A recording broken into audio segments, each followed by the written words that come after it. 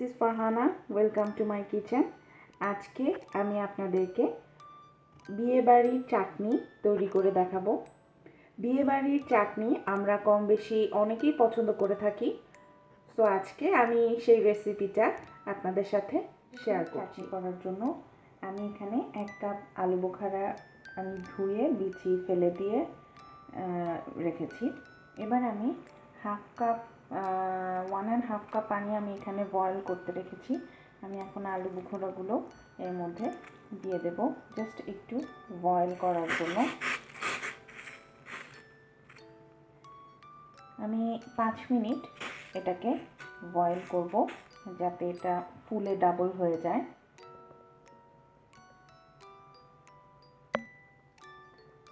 পাঁচ মিনিট পর আমার আলু বোখারা সেদ্ধ হয়ে গিয়েছে, জাস্ট বয়েল করে এটা ডাবল হয়ে গিয়েছে। এবার আমি এটাকে ব্লেন্ড করব। এবার আমি একটা প্যানে 3 টেবিলস্পুন সরিষার তেল অ্যাড করব। তেলটা গরম হলেই আমি একটা এলাচ মধ্যে দিয়ে দেব।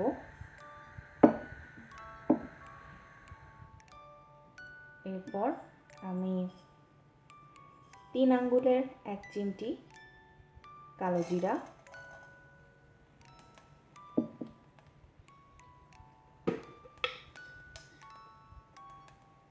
1 চিমটি কাঁচা জিরা দিয়ে আমি এটা সামান্য একটু ভাজবো।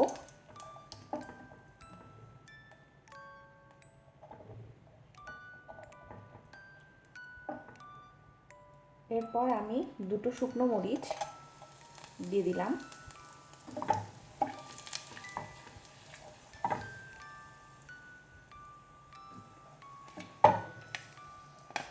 এরপর আমি 1.5 কাপ তেঁতুল আমি পানি দিয়ে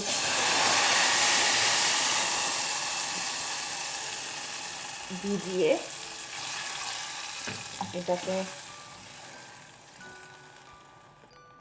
আমি চটকিয়ে রেখেছি তেঁতুলটাকে 1.5 কাপ।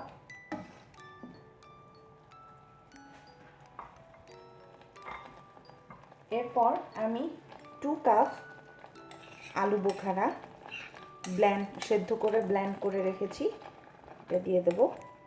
এরপর এটাকে নাড়তে হবে। এর মধ্যে আমি সামান্য একটু লবণ পরিমাণ মতো অ্যাড করেছি। এবার আমি সুগার অ্যাড করব।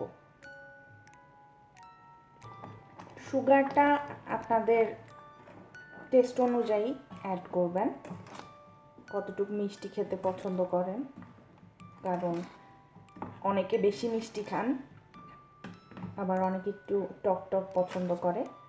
তো আমি এটাকে এখন একটু 5 মিনিট থেকে 7 মিনিট চুলায় রাখবো।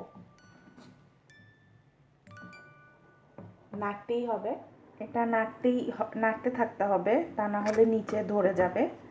অ্যাট লাস্ট আমি 1 টিস্পুন ভিনেগার অ্যাড করব লাস্ট। এরপর এটাকে নেড়ে ঘন করতে হবে। চুলায় এভাবে রেখে এটাকে একদম ডার্ক করতে হবে।